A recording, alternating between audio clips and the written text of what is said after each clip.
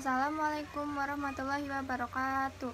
Perkenalkan, nama saya Anggun Amelia Islami dengan NIM 20 10 50 12 90. Saya mahasiswa dari Universitas Pamulang, mengambil Fakultas Ekonomi, Program Studi Manajemen.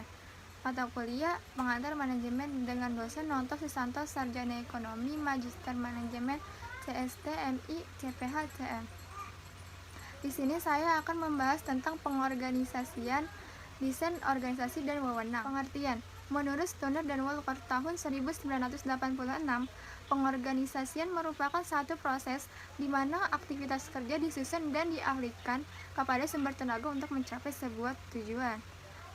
Pengorganisasian secara umum adalah organisasi untuk merancang struktur formal, menetapkan, menggolongkan, dan mengatur berbagai macam kegiatan, menetapkan tugas-tugas pokok, wewenang, dan pendelegasian wewenang oleh pimpinan kepada staf dalam rangka mencapai tujuan organisasi yang efisien. Struktur organisasi adalah suatu komponen-komponen atau unit kerja dan hubungan antara tiap bagian secara posisi yang ada pada perusahaan dalam menjalin kegiatan operasional untuk mencapai tujuan. Struktur organisasi menunjukkan fungsi-fungsi atau kegiatan pekerjaan dibagi, dikelompokkan, dan dikoordinasikan atau integrasi secara formal. Asas-asas dan prinsip organisasi. Menurut Louis Allen, 1. Forecasting, yaitu memperkirakan pekerjaan yang akan dilakukan pada saat yang akan datang yang akan dilakukan oleh manajer. Yang kedua, establishing objective, yaitu menentukan tujuan akhir yang akan dicapai dari apa yang telah direncanakan keseluruhannya, baik tujuan tiap pekerjaan maupun tujuan globalnya. Yang ketiga, programming, yaitu dibuat suatu program yang terdiri dari serangkaian tindakan kegiatan untuk mencapai tujuan tertentu berdasarkan pada prioritas pelaksanaannya. Yang keempat, schedule, yaitu membuat jadwal pekerjaan.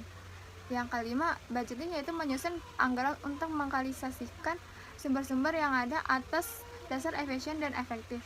Biasanya, anggaran belanja ini dinyatakan dalam bentuk uang. Yang keenam, developing, prosedur, yaitu menentukan cara yang tepat dalam penyelenggaraan pekerjaan dalam rangka efisiensi, efektivitas, dan keseragaman pekerjaan. Yang ketujuh, establishing dan interpreting policy, yaitu manajer harus menafsirkan kebijakan yang akan diambil agar terjamin kesetaraan dan keseragaman kerjaan serta tindakan yang akan dilakukan. Elemen struktur organisasi. Yang pertama ada spesialis pekerjaan, yaitu spesialis pekerjaan adalah sejauh mana tugas-tugas organisasi dibagi ke beberapa pekerjaan tersendiri. Yang kedua, departementalisasi, yaitu dasar yang dipakai untuk mengelompokkan pekerjaan yang bersama-sama. Yang ketiga, ada rantai komando, yaitu garis wewenang tanpa putus yang membentang dari puncak organisasi ke salon yang paling bawah dan menjelaskan siapa yang bertanggung jawab kepada siapa. Yang keempat, ada rentang kendali, yaitu jumlah bawahan yang dapat diarahkan oleh seorang manajer yang efisien dan efektif. Yang kelima, sentralisasi dan desentralisasi, yaitu sentralisasi mengacu pada sejauh mana tingkat pengambilan keputusan terkonsentrasi pada satu titik dalam organisasi. Sedangkan desentralisasi adalah lawan dari sentralisasi. Yang keenam, ada formalisasi, yaitu sejauh mana pekerjaan-pekerjaan di dalam organisasi dibakukan. Dan struktur organisasi yang umum. Yang pertama, struktur sederhana, yaitu struktur yang didirikan dengan kadar departementalisasi yang rendah, rentang kendali yang terpusat, wewenang yang luas pada seseorang saja, dan sedikit formalitas.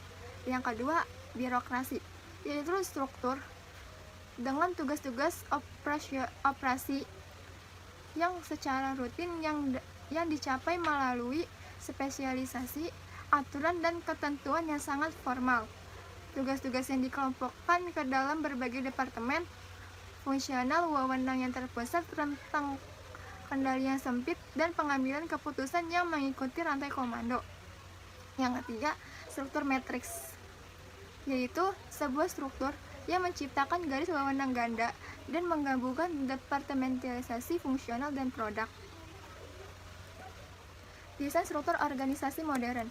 Yang pertama, struktur tim, yaitu pemanfaatan tim sebagai perangkat sentral untuk mengkoordinasikan kegiatan-kegiatan kerja.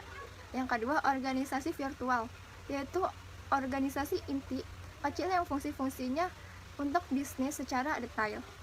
Yang ketiga, organisasi nirbatas, yaitu sebuah organisasi yang berusaha menghapuskan rantai komando, memiliki rentang kendali tak terbatas, dan menggantikan departemen dengan tim yang diberdayakan. Bentuk-bentuk organisasi. Yang pertama, bentuk organisasi garis Henry Vanyol Paris. Bentuk organisasi yang paling sedikit dan paling tua. Digunakan di kalangan militer dengan jumlah karyawan yang masih sedikit dan saling dikenal. Yang kedua, bentuk organisasi fungsional atau V.W. Taylor. Bentuk ini merupakan bentuk di mana sebagian atau segelintir pemimpin tidak mempunyai bawahan yang luas. Yang ketiga, bentuk organisasi fungsional dan garis. Bentuk organisasi di mana wewenang dan pimpinan tertinggi dilimpahkan kepada kepala bagian di bawahnya yang mempunyai keahlian tertentu. Yang keempat, bentuk organisasi garis dan staf Harrington Emerson, yaitu biasanya digunakan oleh organisasi berdasar besar dengan daerah kerja yang luas dengan bidang yang beraneka ragam serta rumit. Yang kelima, bentuk organisasi fungsional dan staf merupakan kombinasi organisasi fungsional dan staf, memiliki kekurangan dan kelebihan serta hal yang organisasi staf dan fungsional. Yang keenam, bentuk organisasi komite. Bentuk organisasi di mana tugas kepemimpinan dan tugas tertentu dilaksanakan secara efektif secara kolektif oleh sekelompok pejabat. Yang ketujuh, bentuk organisasi matriks. Organisasi di mana penggunaan struktur organisasi menunjukkan di mana para spesialis yang mempunyai keterampilan masing-masing bagian dari bagian perusahaan dikumpulkan lagi menjadi satu untuk mengerjakan suatu proyek yang harus diselesaikan. Menurut Stoner, langkah-langkah proses organisasi terdiri dari 5. 1. Merinci seluruh pekerjaan yang harus dilaksanakan untuk mencapai tujuan organisasi. Yang kedua, membagi beban kerja ke dalam kegiatan-kegiatan secara logis dan memadai dapat dilakukan oleh seorang atau sekelompok orang. Yang ketiga, mengkombinasi pekerjaan anggota perusahaan dengan cara yang logis dan efisien. Yang keempat, penetapan mekanisme untuk mengkoordinasikan pekerjaan anggota organisasi dalam satu kesatuan yang harmonis. Yang kelima, memantau efektivitas organisasi dan pengambilan langkah-langkah penyesuaian untuk mempertahankan atau meningkatkan efektivitas. Fungsi organisasi adalah proses yang menyangkut bagaimana strategi dan taktik yang telah dirumuskan dalam perencanaan desain dalam sebuah struktur organisasi yang tepat dan tangguh. Sistem dan lingkungan organisasi yang kondusif dan dapat memastikan bahwa semua pihak dalam organisasi dapat bekerja secara efektif dan efisien guna pencapaian tujuan organisasi. Tujuan pengorganisasian yang pertama, membantu koordinasi. Yang kedua, pengawasan. Yang ketiga, memaksimalisasi manfaat spesialisasi. Yang keempat, memberikan kepuasan dan memperoleh kepercayaan masyarakat pengguna. Yang kelima, penghematan biaya. Yang keenam, peningkatkan kerukunan hubungan antara manusia. Manfaat organisasi dan pengorganisasian. Yang pertama, organisasi secara penuntun tercapainya tujuan. Yang kedua, organisasi dapat mengubah kehidupan masyarakat. Yang ketiga, organisasi menawarkan karir. Yang keempat, organisasi sebagai cagar ilmu pengetahuan. Kewenangan authority pada dasarnya merupakan bentuk lain dari kekuasaan yang seringkali dipergunakan dalam sebuah organisasi. Dalam sebuah organisasi, seseorang yang ditunjuk atau dipilih untuk memimpin suatu organisasi, bagian atau departemen memiliki kewenangan atau kekuasaan litigasi. Jenis wewenang dalam organisasi. Ada 3 kewenangan. Yang pertama, kewenangan lini atau line authority adalah mereka dalam organisasi bertanggung jawab terhadap berbagai kegiatan dalam rangka pencapaian tujuan organisasi. Yang kedua, kewenangan staff atau staff authority adalah mereka yang ditunjuk oleh organisasi untuk membantu bagian-bagian dalam organisasi yang memiliki kewenangan lini. Yang ketiga, kewenangan fungsional. Kewenangan fungsional atau function authority adalah mereka yang berbeda dalam bagian tertentu di organisasi, memiliki kewenangan lini maupun staf, namun juga dikarenakan tugasnya diberikan kewenangan untuk melakukan kontrol atau koordinasi dalam bagian lainnya. Distribusi atau pelimpahan wewenang. Pelimpahan wewenang pada dasarnya merupakan proses pengalihan tugas kepada orang lain yang sah atau terdapat beberapa manfaat pelimpahan wewenang, yaitu Satu, memungkinkan sebagian atau bawahan mempelajari sesuatu yang baru dan memperoleh kesempatan untuk melakukan sesuatu dan bertanggung jawab terhadap sesuatu yang baru. Yang kedua, mendorong tercapainya keputusan yang lebih baik dalam hal lain. Yang ketiga, penyelesaian pekerjaan yang akan dapat dilakukan dengan lebih cepat sekiranya pelimpahan wewenang tersebut berjalan sebagaimana mestinya dan diberikan kepada orang yang bertanggung jawab. Kendala dalam pelimpahan wewenang.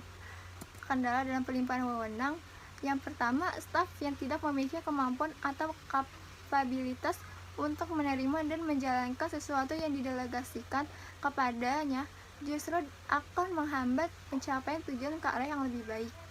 Yang kedua, berdampak pada kurang bertanggung jawabnya atasan terhadap apa yang semestinya dia lakukan. Yang ketiga, pelimpahan wewenang seringkali dilakukan bukan sebagai proses pembelajaran dan pemberian kepercayaan dari atasan kepada bawahan, akan tetapi lebih sebagai pelarian tanggung jawab dari atasan kepada bawahan. Tindakan agar pelimpahan wewenang berjalan dengan efektif. 1. Penentuan hal-hal yang dapat didelegasi.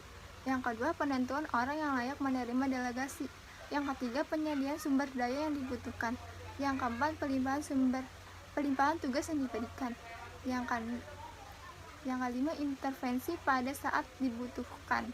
Sekian dan terima kasih. Wassalamualaikum warahmatullahi wabarakatuh.